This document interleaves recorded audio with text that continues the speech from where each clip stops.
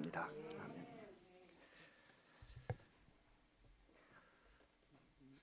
우리 인간에게서 나타나는 기본적인 감정으로 기쁨과 슬픔이 있습니다. 기쁨은 욕구가 충족되었을 때 느끼는 감정입니다. 바라는 일이 이루어지거나 원했던 것을 얻게 되어서 벅차오르는 그 감정을 일러 기쁨이라고 합니다.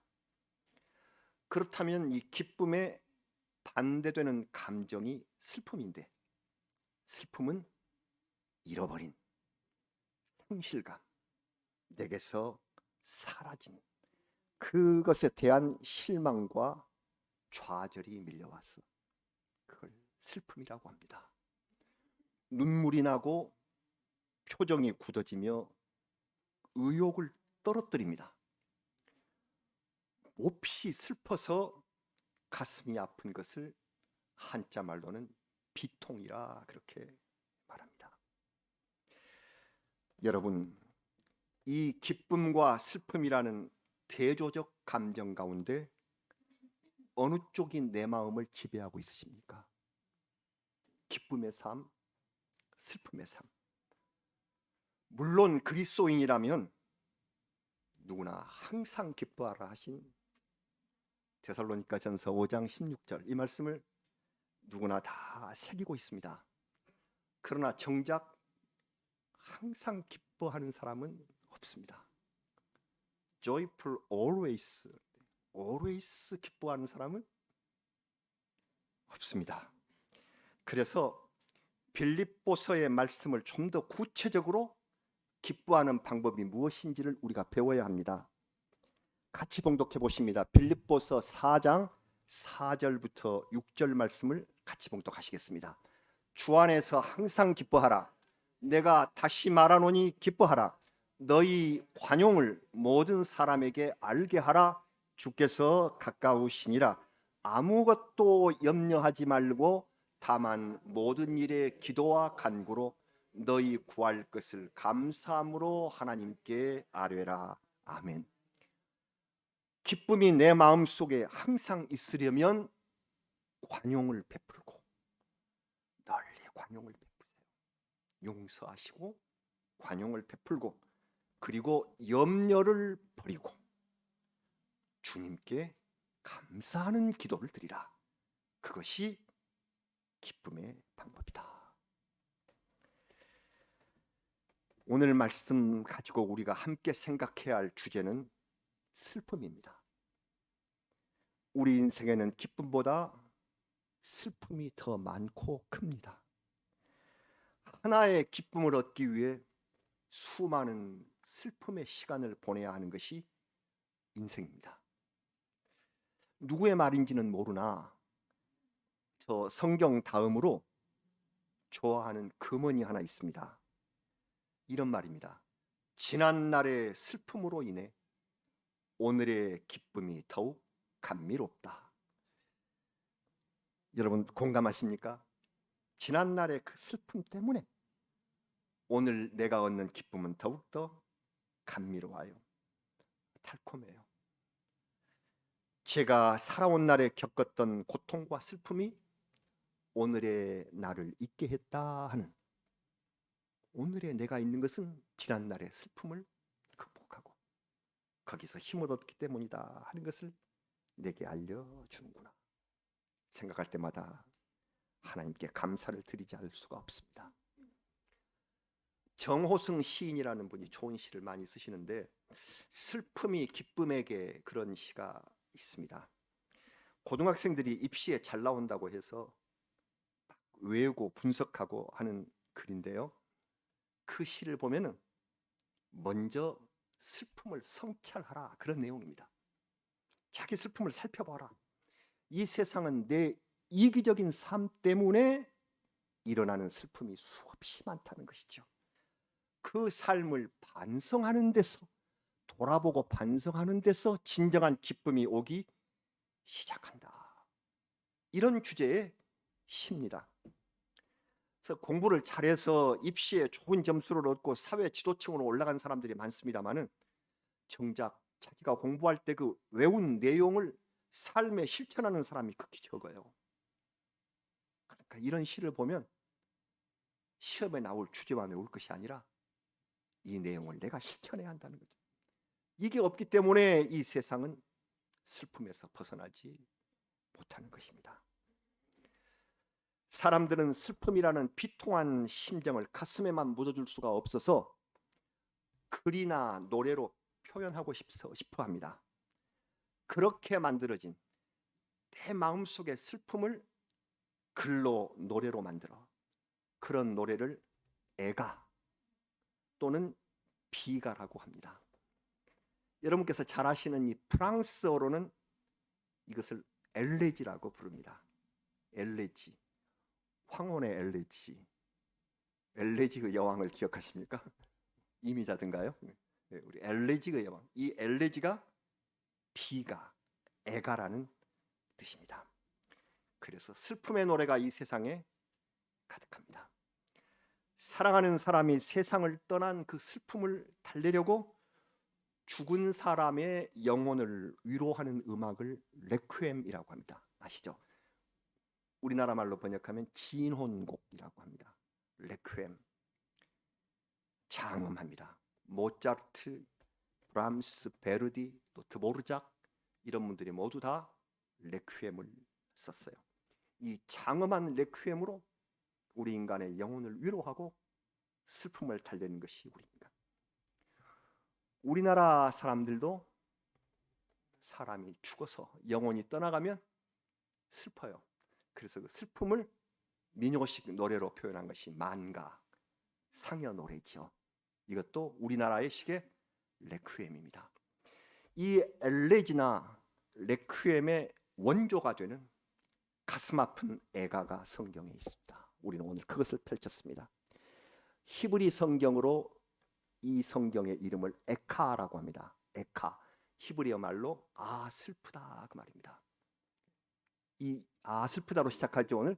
그래서 히브리어로 에카, 이것이 성경에 있고요. 그리고 영어식으로는 lamentations라고 합니다. lament는 비탄, 슬픔 그런 뜻이죠. 그래서 lamentations 이렇게 부르는 예레미야 애가가 바로 오늘의 말씀입니다. 예레미야가 썼습니다. 우리가 예레미야 말씀을 52일에 걸쳐서 읽었는데 별명이 눈물의 선지자입니다. 유다 나라가 멸망하게 될 것이라는 하나님의 말씀을 예언하면서 선지자 자신도 슬픔을 억누를 수가 없어서 그 눈물로 감정을 드러냈죠. 엄청난 셀 수도 없는 그 무서운 박해를 받고 결혼도 하지 않아서 가족도 없이 외로움을 견뎌낸 선지자입니다. 이 선지자는 성군 요시야 왕이 전장에서 전사했을 때에 왕을 위하여 애가를 지었다 하는 것이 역대하 35장에 기록이 있습니다. 그러나 왕이 죽은 것뿐만 아니라 이제 본격적으로 애가를 지어 불러야 할 상황이 닥친 거예요. 잘 아시는 대로 바벨론에 의해서 유다 나라가 망했어요. 하나님의 성 예루살렘이 모두 부서져서 폐허가 되어버렸어요. 성전이 불에 타서 재가 됐습니다. 왕을 비롯한 백성이 포로가 돼서 끌려갔습니다. 눈물의 선지자는 이 폐허에 앉아서 5편의 애가를 지어서 이 기막힌 슬픔을 표현했습니다. 그래서 이 성경 예레미야 애가는 5편의 슬픈 노래, 그것을 한 장씩 그래서 5장까지 있습니다. 이 한 장은 각각 22절로 되어 있어요. 이 예레미야 애가 22절로 되어 있는데요. 왜 그런가 하면은 히브리어 알파벳이 22자입니다. A, B, C, D, F, G 하듯이 이 히브리어 알파벳은 알렙, 베스, 기멜, 달렛, 해, 와우, 자인 이렇게 나가는데요. 그래서 첫 절을 알렙으로 시작하고 두 번째 절을 베스로 시작하고 그다음 기멜, 달렛 이렇게 시작을 해서 그래서 22절로 한 노래를 만들어서 22절입니다. 그런데 3장을 보시면 3장은 66절이나 있어요. 이것은 알렙을 3번 썼어요. 알렙을 3번, 그 다음 베스를 3번, 그렇게 써서 곱하기 3이 되어서 66절입니다. 이것은 제가 성경에서 가장 긴 장인 시편 119편을 여러분께 말씀드리면서 시편 119편도 바로 이런 알파벳식으로 답관체라고 한, 그래서 알렙하고 알렙에서 8절을 쓰고 그 다음 베스하고 8절을 써서 그래서 22글자 곱하기 8 해서 176절이 되어서 가장 긴 장이 됐다, 그 말씀을 드린 적이 있어요. 자, 여러분, 오늘의 1장 첫 번째 애가 슬픔의 노래는 멸망한 예루살렘의 모습을 보면서 슬퍼한 노래입니다. 우리 민족도 나라가 망해버린 슬픔을 경험했습니다. 100여 년 전에 일본의 나라를 빼앗길 때는 전쟁이 없이 주권만 고스란히 탈취를 당했기 때문에 건물의 파괴는 없었다고요. 그러나 만약에 이제 전쟁이 온다거나 이제 이 혼란스러운 서로 다툼이 온다고 한다면 우리가 생각지도 못한 파멸의 장소가 되고 말 것입니다. 고대의 전쟁도 잔인하게 그지없어서 예루살렘 성은 1년 반 동안 포위를 당하고 있었어요. 1년 6개월 동안 포위돼서, 그래서 양식이 다 떨어지고 예레미야 애가 2장과 4장에서는 아이들을 잡아먹었다는 비참한 정황이 있어요. 참담해서 말로 다 할 수도 없어요. 이제 성벽까지 다 무너져 버리자 시드기야 왕은 더 견딜 수가 없어서 밤에 도망하다가 사로잡혀서 두 눈을 뽑히고 놋사슬로 결박이 되어서 바벨론으로 끌려갔습니다. 예레미야의 마지막 장, 예레미야 52장을 제대로 읽으려면 끓어오르는 슬픔을 마음속으로 다스리지 않으면 안 돼요. 예레미야 52장 13절과 14절에 이런 말씀이 있습니다. 같이 봉독하시겠습니다. 여호와의 성전과 왕궁을 불사르고 예루살렘의 모든 집과 고관들의 집까지 불살랐으며 사령관을 따르는 갈대아 사람의 모든 군대가 예루살렘 사면 성벽을 헐었더라. 그렇게 됐어요. 믿음의 중심인 성전, 생활의 터전인 집들이 다 불태워지고, 그것도 모자라서 다시는 방어할 수 없는 포로의 땅이다, 그걸 보여주기 위해서 성벽을 다 헐어버렸다. 오랜 시간이 지난 후에 스룹바벨이 성전을 다시 세우고, 그리고 느헤미야에 의해서 성벽이 일부 복구가 되는 그러한 처절한 역사가 있습니다. 이 비통한 현실 앞에서 예레미야 선지자의 애가가 시작이 됩니다. 슬프다 이 성이여. 예루살렘을 비유하기를 남편과 자녀가 죽어버리고 홀로 남은 과부로 비유합니다. 예루살렘, 그대는 이전에는 여러 나라 가운데 큰 아름다운 공주였는데 이제는 다 벗은 몸이 되어서 수치를 드러내고 업신여김을 당하며 강제 노동을 하는 처지가 되었다고 슬퍼합니다. 다윗과 솔로몬의 그 시대에 누렸던 위용과 영화가 모두 사라졌고, 주위 나라들, 그렇게 이 이스라엘을 존중하던 나라들을 다 배반해서 원수가 되어버렸습니다. 우리 4절 말씀은 궁지에서 그를 뒤따라 잡았도다. 이게 무슨 말인가 하면 궁지에 몰리고 그 막다른 골목에서 덮쳐 잡더라. 악랄한 배신자가 된 이웃들입니다. 이제는 시온으로 통하는 도로와 성문에 사람들이 하나도 없어요. 성전으로 향하는 그 시온, 성문과 시온의 길이 파괴돼서 적막하다. 시온의 영광이 떠나가고 지도자들은 달아나기에 바쁜 사슴들같이 도망하고 없다는 것입니다. 남아있는 사람들은 옛날의 즐거움을 회상하면서 슬퍼하고 있습니다.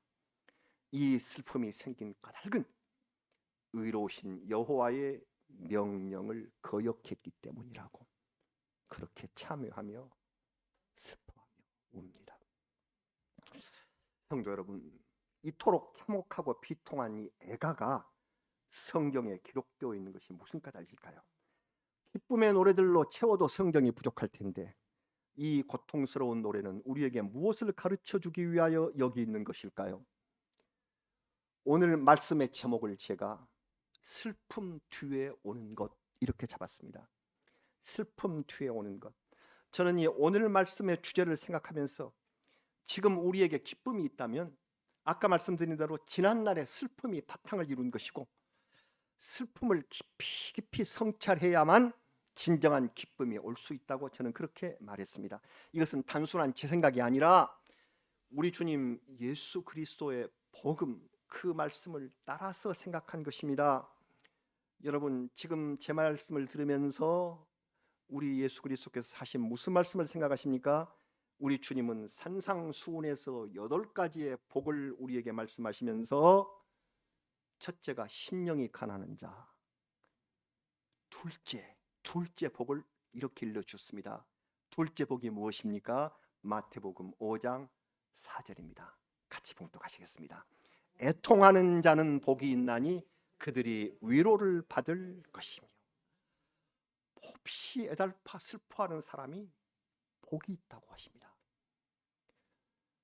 그리스도인으로 아직 이 믿음을 경험하지 않은 사람은 이 말을 역설로 봅니다. 역설적이다. 이건 역설이다. 복을 받았다면 어찌 슬퍼한단 말이냐? 즐거워하는 자가 복이 있는 것이 아니겠는가?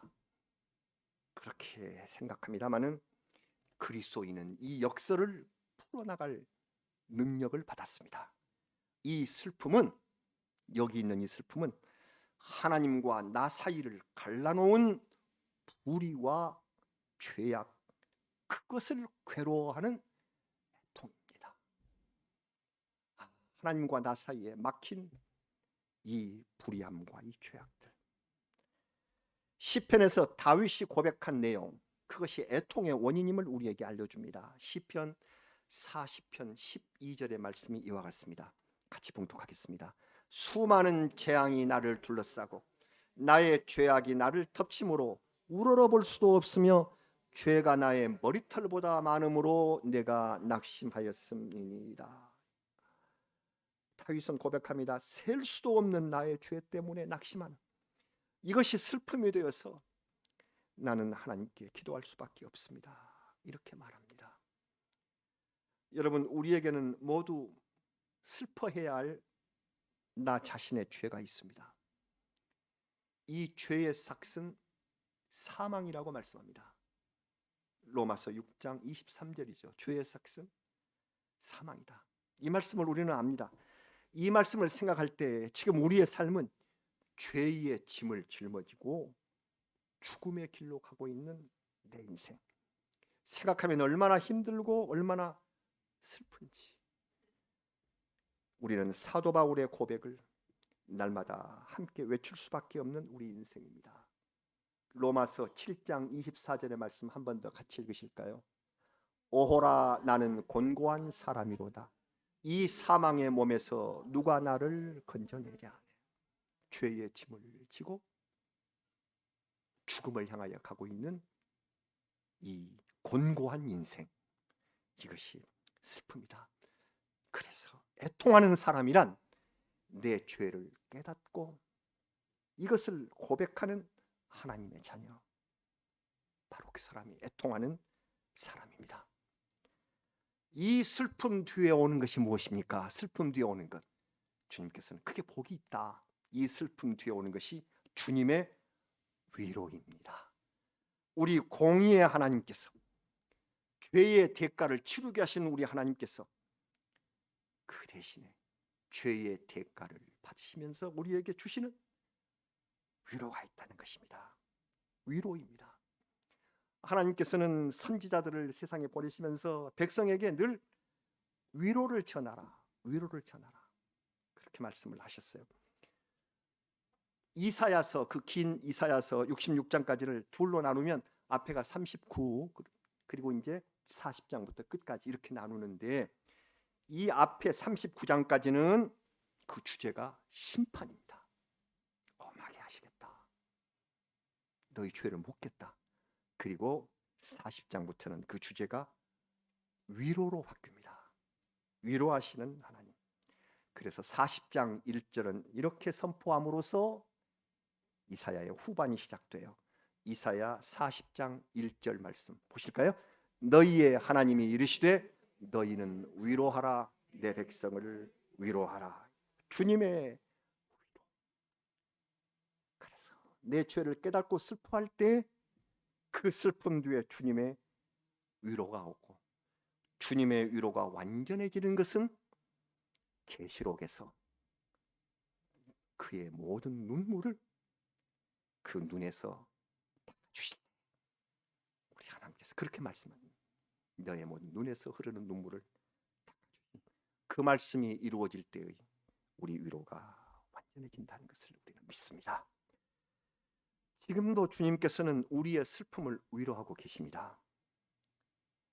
예수님께서 이 세상에 오셔서 십자가의 고통을 받으셨고 그 고통과 슬픔 뒤에 성령님을 보내주셨습니다. 성령님이 오셨습니다.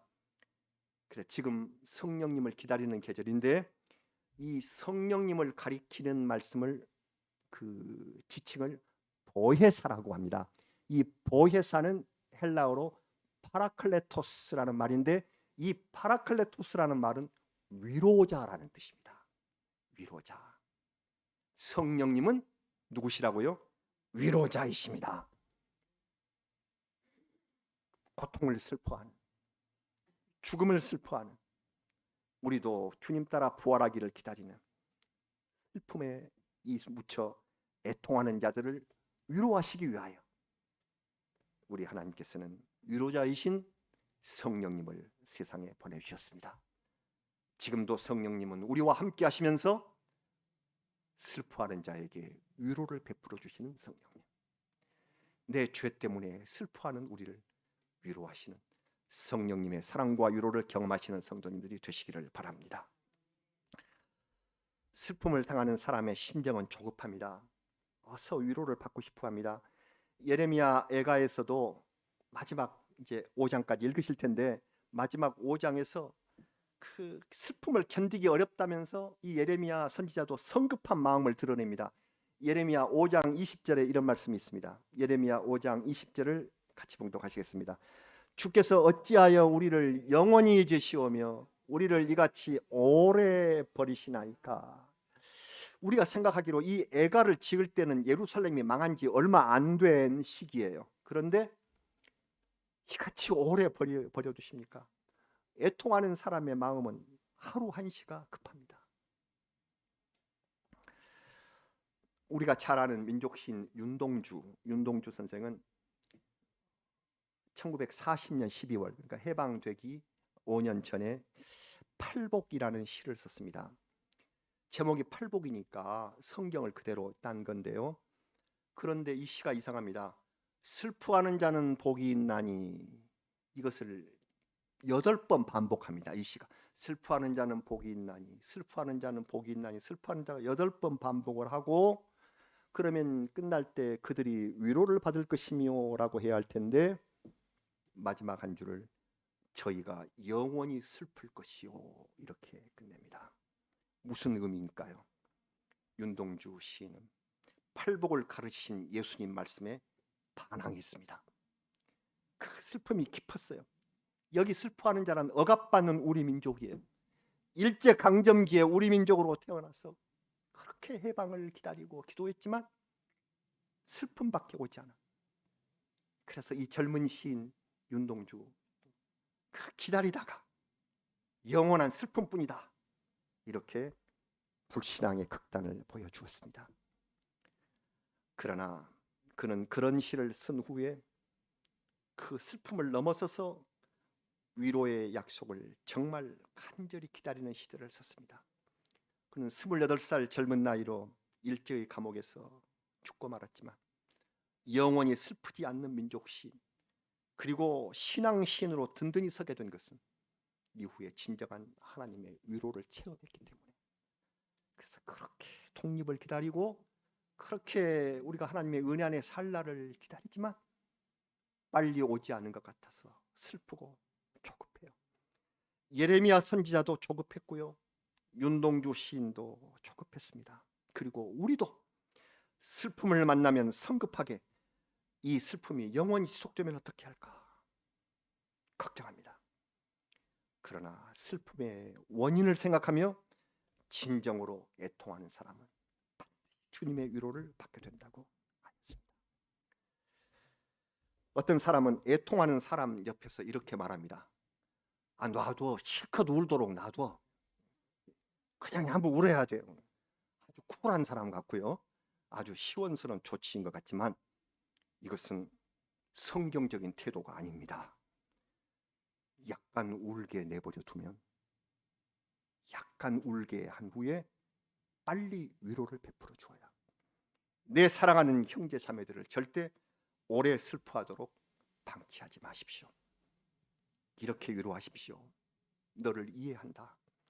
누구라도 이런 고난을 당할 수 있다. 너와 함께 진정으로 슬퍼한다. 머지않아 주님께서 이 고통을 회복시켜 주시면 기쁨이 찾아오게 될 것이다. 이렇게 위로하십시오. 이것이 주님의 사랑을 본받아서 우리가 해야 할 일입니다. 사랑하는 성도 여러분, 우리 삶에는 슬픈 일이 많습니다. 내 건강을 잃어버린 슬픔, 사랑하는 사람을 떠나보내며 마음에 갖는 애통, 교회와 나라가 위기를 당해 적막하게 되는 일이 일어날 때 어찌 해야 할까요? 우리 같이 예배 드리지 못할 때, 저 가장 가슴 아픈 일들, 예배 시간, 우리 주일은 지켰습니다만 수요일 예배 시간 교회가 막히고 하나님과 약속한 시간에 아무도 오시지 못하게 하고 막아져 버린 그때의 당한 슬픔, 교회의 위기, 나라가 닥칠 위기, 나라를 위하여 우리가 함께 기도하지 않으면 안 되는 그러한 일, 그래서 적막하게 되어버리는 이러한 일이 일어나게 된다면 어찌해야 할까? 성경은 예레미야 애가를 우리에게 보여주시며 회개의 눈물을 흘리라고 말씀하십니다. 그래서 성경에 있습니다. 이 철저히 파괴되어 버린 가장 안타깝고 가장 잔인한 바로 그 상황과 그 조차가 성경에 이렇게 있는 것입니다. 누구도 이러한 일을 당하지 않으리라 그런 보장이 없기 때문에 이 하나님의 말씀이 있습니다. 회개의 눈물을 흘릴 때입니다. 참여해야 합니다. 애통하면 우리 주님께서 주시는 복이 옵니다. 진정한 슬픔 뒤에 오는 것은 우리의 삶과 교회와 그리고 나라를 회복시켜 주실 하나님의 온전하신 위로입니다. 위로를 주시는 우리 하나님, 참여의 애통으로 하나님을 만나면 영원하고 완전한 위로를 받게 되실 줄로 믿습니다. 우리의 모든 삶을 주님께 맡깁니다. 오, 위로하시는 하나님, 우리의 슬픔 뒤에 오시는 하나님의 위로를 우리는 믿습니다. 아멘. 기도드리겠습니다. 우리 사람들은 슬픔을 당하면은 이 슬픔이 영원히 지속되지 않을까 걱정합니다. 예레미야 선지자도 그리고 우리가 사랑하는 윤동주 시인도 모두 그러한 마음의 아픔을 겪었습니다. 그러나 아버지 하나님, 우리가 주님의 자녀 되게 하시더니 우리의 삶 속에 슬픔을 만나면 진정으로 참여할 때 주께서 위로를 베푸시겠다고 약속하셨습니다. 감사합니다. 지금 마음이 상해 있는 분들, 육신이 몹시 피곤하고 지쳐 있는 분들, 주께서 위로하시며 온전하게 하시고 회복시켜 주시기를 간절히 바랍니다. 우리 한국교회 많이 손상되고 여러 가지 상처를 많이 입었습니다. 회복이 매우 어렵다고 합니다. 그러나 우리 주님의 위로로 말미암아 깨끗하고 아름다운 회복의 때를 맞게 될 줄로 믿습니다. 우리의 믿음을 주님께서 돌보아 주시고 사랑하시며 이끌어 주시며 슬픔 뒤에 아름다운 위로와 회복을 허락하여 주시옵소서. 예수님 이름으로 기도드리옵나이다. 아멘. 찬송가 400장 함께 부르시겠습니다.